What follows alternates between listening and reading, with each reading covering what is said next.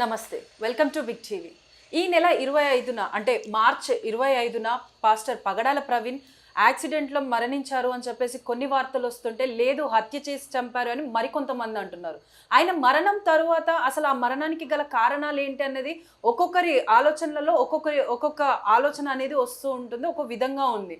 ఇప్పటికైనా కూడా మనకి ఎలాంటి ఆధారాలు లేవు, అది హత్యనా లేకపోతే యాక్సిడెంటా అని. ఇప్పటికీ మనకి సీసీటీవీ కెమెరాల్లో ఉన్న ఫుటేజ్ కానీ, లేకపోతే అతను మద్యం కొనుగోలు చేసిన వివరాలు కానీ, ఆ ట్రాన్సాక్షన్స్ అన్నీ కూడా ఒక్కొక్కటిగా బయటికి వస్తున్నాయి. సో బయటికి వచ్చినప్పటికీ కూడా కొంతమంది అది పాస్టర్ కాదు అని కొంతమంది వాదిస్తుంటే, అది పాస్టరే అని మరికొంతమంది వాదిస్తున్నారు. అసలు ఈ మరణం వెనుక ఉన్న నిజాలు ఏంటి, అసలు ఏం జరుగుంటుందన్న మరిన్ని విషయాలు కూడా మనతో పాటు విశ్లేషించడానికి national Christian board president John మాస్క్ గారు ఉన్నారు. వారిని అడిగి తెలుసుకుందాం. నమస్తే సార్. సార్, మీకు తెలిసే ఉండేది ఈ పాస్టర్ గురించి. సో పాస్టర్ ఇష్యూలో ఒక్కొక్కరి పర్స్పెక్టివ్లో ఒక్కొక్క లాగుంది. మిమ్మల్ని అడిగితే మీరేం చెప్తారు? ఇప్పుడు ప్రస్తుతానికి అయితే మేము పాస్టర్ గారు లేరన్న బాధతో ఉన్నామమ్మ. మేము కానీ క్రైస్తవులుగా మా కుటుంబ సభ్యులు కానీ, లేదంటే ప్రవీణ్ గారి కుటుంబ సభ్యులు కానీ, వాళ్ళ శ్రేయోభిలాషులుగా మేమందరము చాలా బాధలో ఉన్నాం. ఈ టైంలో చాలామంది రకరకాలుగా పుకార్లు లేపడము, సోషల్ మీడియాలో కూర్చొని డిస్కషన్లు పెట్టడము, ఆ చేయడం వల్ల ఇంతవరకు వచ్చింది. అసలు ఇప్పుడు అది యాక్సిడెంటా లేదంటే మర్డరా అనేది పోలీసు వాళ్ళు తీరుస్తారు. దాంతోపాటు దాని రిపోర్ట్ రావాలా, డాక్టర్స్ కానీ వాళ్ళు కూర్చొని పోస్ట్ మార్టం రిపోర్ట్ ఇచ్చి పోలీసు వరకు రిపోర్ట్ ఇస్తారు. పోలీసు వాళ్ళు ఒక 5-6 టీంలు వేసారు గవర్నమెంట్. ఆ టీంలన్నీ డిసైడ్ చేసిన తర్వాత దానికి అసలు యాక్సిడెంటా మర్డర్ అనేది తెలుస్తుంది. ఇంతవరకు పోలీసు వాళ్ళు ఇచ్చిన రిపోర్ట్ ఏం లేదు. జస్ట్ ఒక 2-3 సీసీ కెమెరాలు తీసేది. మిగతా సీసీ కెమెరాలన్నీ బయట వాళ్ళు తీస్తున్నారు, అదర్స్ అంటే సోషల్ మీడియాలో పనిచేస్తారు. ఆ సోషల్ మీడియాలో కూర్చొని మాట్లాడే వాళ్ళు తీస్తున్న వీడియోలు అసలు నిజమా కాదా అన్న డౌట్ మాకు వస్తుంది, అంతే తప్ప ఆ వ్యక్తి నిజమా అసలు కాదా, అసలు ప్రవీణ్ గారికి 2 ఫోన్లు ఉండేనా, ఒక ఫోన్ మర్చిపోయారా, లేకపోతే మనం కొట్టేశారా, ఆ ఫోన్ నుంచి ఫోన్పే చేశారా అంటున్నారు. అంటే రకరకాల డౌట్లు వస్తుంటాయి. అయితే వాస్తవానికి ఆయనది మర్డరా లేదంటే యాక్సిడెంటా అనేది ఇవాళ రేపు తెలుస్తుంది పోస్ట్ మార్టం రిపోర్ట్లు. అంతవరకు మేము జాగ్రత్తగా ఉండాలి, దాన్ని పోలీసు వారి మీద నమ్మకం పెట్టుకొని ఉండాలి. ఎందుకంటే వ్యవస్థలో పోలీస్ డిపార్ట్మెంట్లు కానీ గవర్నమెంట్ ప్రభుత్వాలు కానీ ప్రజల కోసం పనిచేస్తాయి. రిలీజన్ ఇది కాబట్టి పని చేయకుండా ఉండరు అన్నట్టు లేదు. ఏ రిలీజన్ అయినా గవర్నమెంట్ చేయాల్సిందే. ఎందుకంటే మేము కూడా ఓటేస్తాం కదా, మాకు కూడా ఓటు హక్కు ఉంది, మేము కూడా వాళ్ళకి పనిచేస్తాం కాబట్టి వాళ్ళకు మాకు పని చేయాల్సిన అవసరం ఉంది. ఇంతవరకు అయితే మేము దాన్ని యాక్సిడెంట్ అని లేదా మర్డర్ అని ఏది అనుకోవట్లేదు. రిపోర్ట్ వచ్చేంత వరకు వెయిట్ చేస్తాం. సో అంటే ఇప్పుడు ఈ తను మరణించిన తర్వాత చాలామంది అన్నారు, హిందుత్వవాదులు కానీ ఇటు ముస్లింలు కానీ ఎవరో ఒకరు ఆయనని అర్ధరాత్రులు కూడా ఆయనకు బెదిరింపు కాల్స్ వస్తుండేవి, ఈ మరణం వెనుక ఉంది కూడా వాళ్ళే అని చెప్పేసి కూడా కొంతమంది పాస్టర్లు, అంటే ఇప్పుడు అజయ్ బాబు గారు కానీ కొంతమంది పాస్టర్లు అన్నారు. సో దాంట్లో ఎంతవరకు నిజం ఉందంటారు మీరు? ప్రవీణ్ పగడాల గారు ఒక పవర్ఫుల్ పాస్టర్ అమ్మ, పవర్ఫుల్ మనిషి, చాలామందికి ఆత్మీయుడు. ఇప్పుడు ఆయనకి బెదిరింపు కాల్ వచ్చినప్పుడు ఆల్రెడీ ఎవరికో చెప్పి ఉంటాడు కదా, వాళ్ళని పోలీసు వాళ్ళు ఆల్రెడీ పిలిచి ఇన్వెస్టిగేషన్ చేసి ఉంటారు, మనకు తెలియదు కదా. ఇప్పుడు వాళ్ళు ఫోన్ చేశారు కాబట్టి వాళ్ళు చంపినని మనం ఖచ్చితంగా చెప్పలేము. ఇప్పుడు ఎన్నో సోషల్ మీడియాలో మనం వీడియో మాట్లాడుతుంటే నువ్వు చాలామంది చెడ్డగా మాట్లాడుతారు, కొంతమంది మంచిగా మాట్లాడారు, మెసేజ్లు పెడుతుంటారు. అంత మాత్రాన వాళ్ళకి చంపుతారని గ్యారెంటీ ఏం లేదు కదమ్మా. ఒక పాస్టర్ను చంపాలంటే చాలా గట్స్ ఉండాలి, ఆయనకు బలమైన కారణం ఉండాలి. ఏదన్నా ఆయనకి ఏం కారణం లేదు. ఆయన శాంతిని బోధించేవాడు, మంచిగా చెప్పేవాడు, మంచిగా మాట్లాడేవాడు, చాలామందికి న్యాయం చేసేవాడు, అన్నద పిల్లలను చదివేవాడు. అలాంటి వారికి పగలు ఎవరు ఉండరు, అంత చంపేంత కక్ష ఎవరికి ఉండదని మేము అనుకుంటున్నాం. సో అంటే ఇప్పుడు ఈ మరణం సంభవించిన తర్వాత కూడా ఆ పోస్ట్ మార్టం రిపోర్ట్స్ కూడా రాలేదు ఇంతవరకు. అదేవిధంగా ఇప్పుడు ఒక్కొక్కటిగా సీసీటీవీ ఫుటేజ్, అదంటే అతను ఎక్కడి నుంచి ఎక్కడి వరకు ట్రావెల్ చేశాడన్న సీసీటీవీ ఫుటేజెస్ కూడా వస్తూనే ఉన్నాయి. సో అంటే ఇప్పుడు ఒక్కడు సింగిల్గా బైక్ పైన అంత దూరం వెళ్ళాల్సిన అవసరం ఏమిందంటారు? ఇప్పుడు ఒక్కడు అవసరం అంటే రకరకాలు ఉంటాయి అమ్మ. తొందరగా వెళ్ళాలనో లేదంటే బైక్ని వెళ్ళాలని ఇష్టంతో వెళ్ళిండొచ్చు. కానీ మీరు చెప్తున్నారు కదా ఇంతవరకు పోస్ట్ మార్టం రిపోర్ట్ రాలేదని. పోస్ట్ మార్టం రిపోర్టు ఇది సస్పెక్టెడ్ మర్డర్ అని అనుకుంటున్నాం మనం, కాబట్టి కొంచెం లేట్ అవుతుంది. ఎందుకంటే పోలీసు వాళ్ళు యాక్సిడెంటా ఇది మర్డరా అనే దానిలో క్లుప్తంగా చూస్తున్నారు వాళ్ళు. ఎస్ఎఫ్ఎల్ రిపోర్ట్ రావాలి, ఇది రావాలి, ప్లస్ పోలీస్ డిపార్ట్మెంట్లో ఫోరెన్సిక్స్ దాంది రావాలా. తర్వాత బైక్ యాక్సిడెంట్ అయితే ఎంత దూరం వెళ్ళిపోయింది, దాని డాంబర్ రోడ్ ఏమైనా పోయిందా, లేదంటే కర్రతో కొట్టిన అంటారు, ఆ కర్ర నిజమేనా కాదా, లేదంటే ఆ మనిషి పైన బుల్లెట్ పడ్డది, ఆ మనిషి పైన పడ్డదా లేదా ఫస్ట్ ఆయన పడ్డా అని చూసుకుంటారు. ఒకవేళ వేడి బుల్లెట్ మీద పడితే అది బర్న్ అవుతుంది, కాలుతుంది, అది కాలిందా, అసలు ఏ విధంగా కాలింది, ఎన్ని లోతుగా కాలింది, అసలు ఎంతమంది వచ్చారు, ఆ ఇంకా ఉన్న కారణాలు ఏంటి, అసలు సమస్య ఏంటి, ఇవన్నీ ఇన్వెస్టిగేషన్ అయిన తర్వాత డాక్టర్లు చేసిన రిపోర్టు బయటకు తీస్తారు. అంతే తప్ప డాక్టర్లు అంటే ఇది ఒకవేళ సూసైడ్ చేసుకున్నారు అనుకో ఈజీగా 1 డేలో వస్తుంది. లేదంటే యాక్సిడెంట్ అయింది అనుకో స్పాట్లో అది కనబడితే అది 1 డేలో ఇస్తారు యాక్సిడెంట్ అని. ఇంకా రకరకాల అంటే కాల్చుకున్నారు అనుకో అదొక 1 డేలో వస్తుంది రిపోర్టు. హాస్పిటల్లో చనిపోయారు అనుకో అదొక రోజులో వస్తుంది. ఇది కాదు, ఇది స్పెషల్. ఇది అంటే కొన్ని సమాజానికి కొన్ని జాతులకు సంబంధించిన సెన్సిటివ్ ఇష్యూ, అంటే ఒక రిలీజన్కి సంబంధించింది కాబట్టి వీళ్ళు పోలీసులు చాలా జాగ్రత్తగా చేస్తారు. ప్రతి డిపార్ట్మెంట్ను వాడుకొని వాళ్ళు పోస్ట్ మార్టం చేస్తారు. దానికోసం టైం పడుతుంది. కామన్గా 10 రోజులు పట్టవచ్చు, 15 రోజులు పట్టవచ్చు. కానీ స్వచ్ఛమైన నిజమైన రిపోర్ట్ చేయాలని పోలీసులు ఆపుతుండొచ్చు. ఇది సెన్సిటివ్ ఇష్యూ కాబట్టి, రిలీజన్ ఇష్యూస్ కాబట్టి దీన్ని వేరే వాళ్ళు అనవసరంగా వాడుకొని దాన్ని రాదంతం చేస్తారని వాళ్ళు అనుకున్నారు. నిజంగా పోలీసు వారు అనుకున్నట్టే అయింది. అంత రాదంతం చేసి దాన్ని మొత్తం బయటకు చేశారు. నిజాయితీగా ఉన్న ప్రవీణ్ గారిని బయటకు వచ్చి ఇప్పుడు అంతా దీన్ని చేయడం వల్ల, ఈ ప్రపగండ చేయడం వల్ల ఒక డ్రింకర్గా ప్రమోట్ చేస్తారని మేము అనుకుంటున్నాం.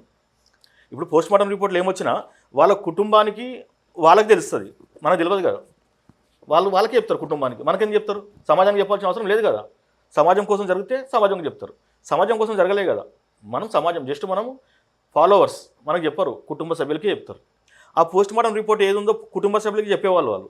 కానీ ఇప్పుడు వీళ్ళేంది లేని సీసీ ఫుటేజ్లు అన్ని తీపించి అసలు ఎవరు తీస్తున్నారు ఎవరికి ఇస్తున్నారో అర్థం కావట్లేదు. ఇంతవరకు పోలీసు వారు తీసిన సీసీ ఫుటేజ్లు 3. వాళ్ళు కూడా క్లుప్తంగా పరిశీలిస్తారు, వాళ్ళు ఇంటరాగేషన్ చేస్తారు.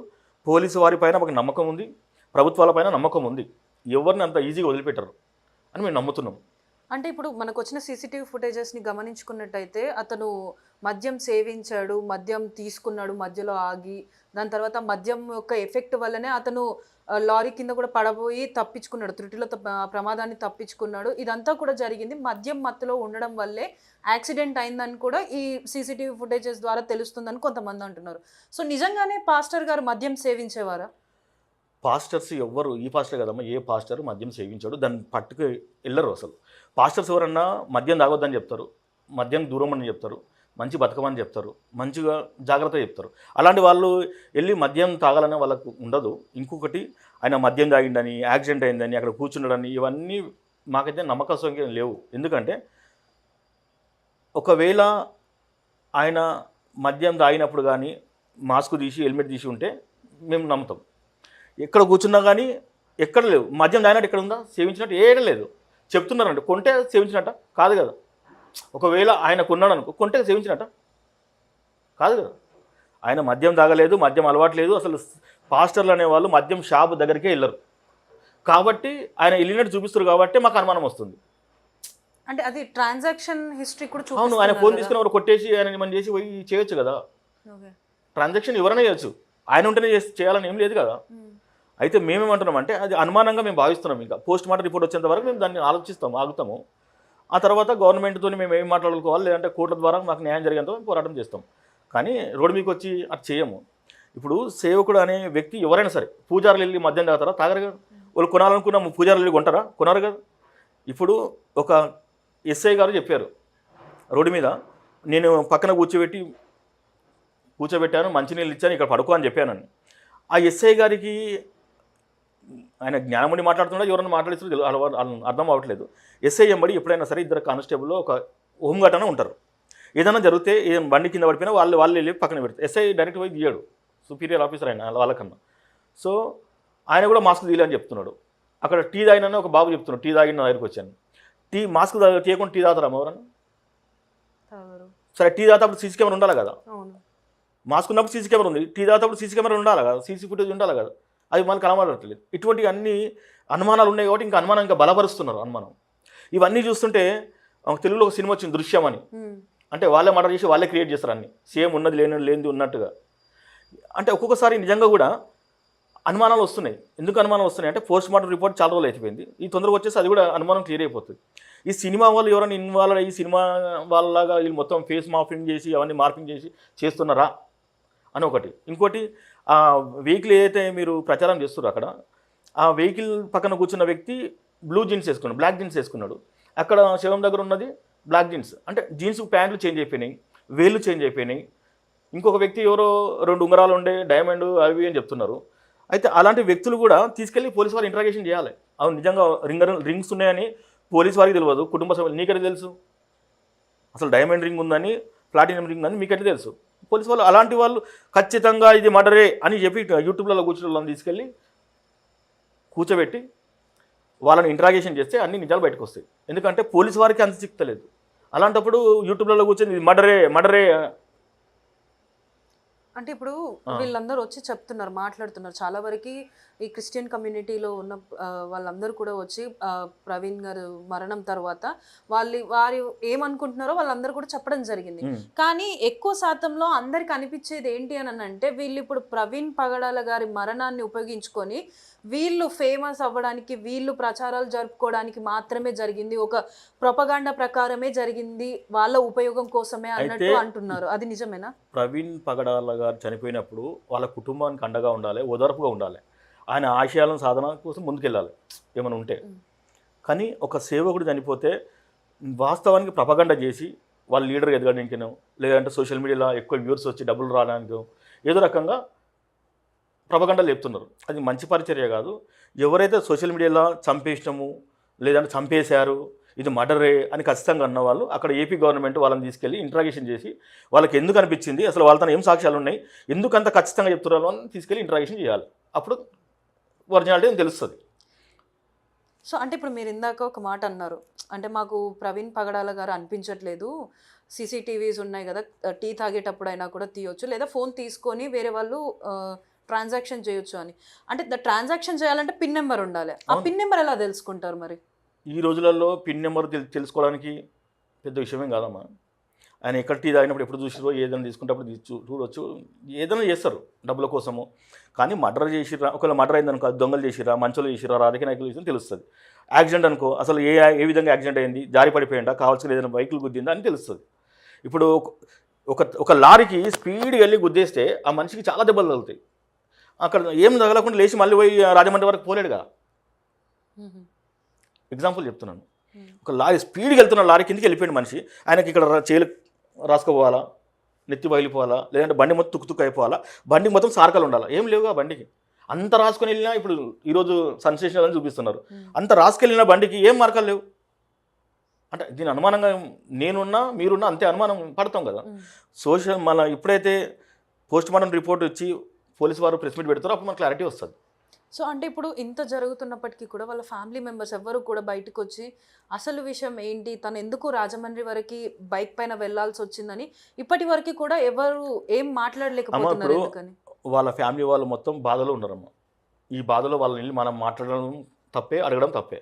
వాళ్ళు మనిషి కోల్పోయిన బాధలో వాళ్ళు ఉంటే వాళ్ళ దగ్గరికి వెళ్ళేసి మీరు ఎందుకు వెళ్ళారు, ఏం చేశారు, ఇన్వెస్టిగేషన్ చేసి టైం కాదు ఇది. కార్యక్రమాలు అంతా రిపోర్ట్ వచ్చిన తర్వాత వాళ్ళు పోలీసు వారు వాళ్ళకు కూడా పిలుస్తారు, మనం అడుగుతారు, అప్పుడు వాళ్ళు చెప్తారు. కానీ ఇప్పుడున్న సంఘాలన్నీ వాళ్ళ కుటుంబానికి అండగా నిలబడాలి. మనం ఇప్పుడు వెళ్ళి అమ్మ నీ భర్త ఎట్లా చచ్చిపోయిండు, మేము మీకు అండగా ఉన్నాం, మేము ఫైట్ చేస్తాం, పోరాటం చేస్తాం అంటే వాళ్ళ కుటుంబ సభ్యులు కూడా పోరాటం చేస్తారు. ఇప్పుడు చేయలేకనా, చేస్తారు. కానీ వాళ్ళే దేవుని నామాన్ని బట్టి వాళ్ళు క్రైస్తవులు ఉన్నారు కాబట్టి శాంతిగా ఉండాలి కాబట్టి మేము క్షమిస్తున్నామని చెప్పారు. ఒకవేళ అవుతే మర్డర్ అవుతే క్షమిస్తున్నామని చెప్పారు. కాకపోయినా సరే దేవుడు చూసుకుంటాడని వాళ్ళు చెప్తున్నారు. వాళ్ళ ఇంట్లో క్షమించినప్పుడు మనం ఎవరం? అంటే మీరు అంటున్నారు ఇంట్లో వాళ్ళు క్షమించేశారని, కానీ దీన్ని మాత్రం మార్కెటింగ్ చేసుకోవడానికి కొంతమంది అదే పదిగా ఇది హత్యే, దాని తర్వాత ఇంకొక పాస్టర్ కూడా లైన్లో ఉన్నారు, ఇంతకుముందు ఒక పాస్టర్ని చంపారు, ఇది కూడా కక్షపూరితంగానే చంపారు అని చెప్పేసి వాళ్ళు ఖచ్చితంగా, అంటే అది 100% షూర్ అన్నట్టు చెప్తున్నారు. దీని వెనుక ఏంటి అసలు? ఇంతకుముందు పాస్టర్ని ఎవరు చంపారో తెలియదు. ఇవన్నీ ఫేక్ మాటలు ఇవి. పాస్టర్లను ఎవరు చంపలేదు, పాస్టర్లను చంపలేడు కూడా. దేవుణ్ణి బోధిస్తారు, మంచిని బోధిస్తారు, ఎవరు కొట్టి చంపాలనుకోరు. ఒకవేళ మత ప్రచారం చేస్తారని చెప్పి గ్రామాల్లోకి వెళ్ళినప్పుడు వాళ్ళు ఏమో తిట్టి ఎలగొట్టేస్తారు తప్ప చంపేంత కక్ష ఎవరికి లేదు భారతదేశంలో. మతాలమైన కులాలపైన బెదిరిస్తారు, తిడతారు, ఇటువంటి చూసినాము. అది కామన్గా మేము అన్నీ తట్టుకొని వెళ్ళిపోతున్నాం. క్రిస్టియానిటీ అంటే క్షమించడం కాబట్టి క్షమించుకుంటూ వెళ్ళిపోతున్నాం అంతే తప్ప క్రిస్టియానిటీ ఒక పాస్టర్ను టార్గెట్ చేసి ఆయనను చంపేయాలనుకుంటే దేశంలో, రాష్ట్రంలో, హైదరాబాద్లో కానీ విజయవాడలో లక్షల మంది వెళ్తారు పాస్టర్స్. అట్లా కాదు, ఏదన్నా జరగవచ్చు, జరగకపోవచ్చు. అది పోలీస్ వారి రిపోర్ట్ వచ్చిన తర్వాత మనం చెప్పలేం. దానికోసం అని చెప్పేసి చిన్న చిన్న యూట్యూబ్ ఛానల్ ఉన్నోళ్ళు, సోషల్ మీడియాలో ఫేమ్ కావాలనుకున్న వాళ్ళు పెడుతున్న వీడియోలను పట్టుకొని పోలీసు వారు వాళ్ళపైన ఎఫ్ఐఆర్ బుక్ చేసి తీసుకెళ్ళి ఇన్వెస్టిగేషన్ చేస్తే వాళ్ళకి ఇంకోసారి ఇలాంటి పరిచర్య చేయకుండా వస్తుంది. ఈ ప్రపగండ వల్లనే ఆయనను తాగుబోతుగా చిత్రీకరిస్తారు. ఒకవేళ ఉంటే చిత్రీకరిస్తారు, ఒకవేళ లేకుంటే మంచిగా వాళ్ళ ఫ్యామిలీకి చెప్తుంటే ఊరుకుంటుండే. ఇంకా ఏం చేయాలనుకుంటారో అర్థం కావట్లేదు. ఇంకా రోజు అంటే ఒక ఫేమ్ కావాలని నేను హీరోని నేను చాలా పోరాటం చేసిన అని తెలవడానికి చేస్తున్నారు.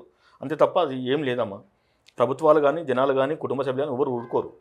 మేమందరము క్షమించి వదిలేసినా దేవుడు ఊరుకోరు. ఎందుకంటే ఆయన దేవుని పని చేస్తాను. ఆయనకు ఏమైనా చెప్తే దేవుడు ఊరుకోరు. సో అంటే ఇప్పుడు ఈ మార్కెటింగ్ అంటే ఇప్పుడు పాస్టర్ గారి మరణాన్ని మార్కెటింగ్ కింద యూజ్ చేసుకొని ఎదగాలనుకునే వాళ్ళకి మీరేం చెప్పాలనుకుంటున్నారు?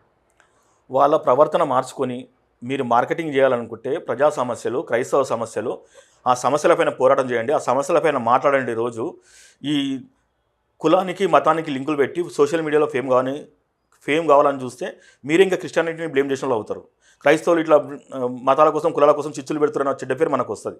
కాబట్టి మీరు ఏదన్నా మాట్లాడితే జ్ఞానంగా మాట్లాడండి, చూసి మాట్లాడండి. అయినా మీరు మీ దగ్గరకు వచ్చి కంప్లైంట్ ఇస్తే వచ్చి మాట్లాడండి. లేదా మీరు ఇంట్లో కూర్చొని వాక్యం చదువుకుంటూ పాస్టర్లుగా సేవ చేసుకుంటూ బతకండి. అంతే తప్ప లేనిది ఉన్నది లేనట్టు చేస్తే చివరికి పోయేది క్రిస్టియానిటీ బ్లేమ్ అయిపోతుంది.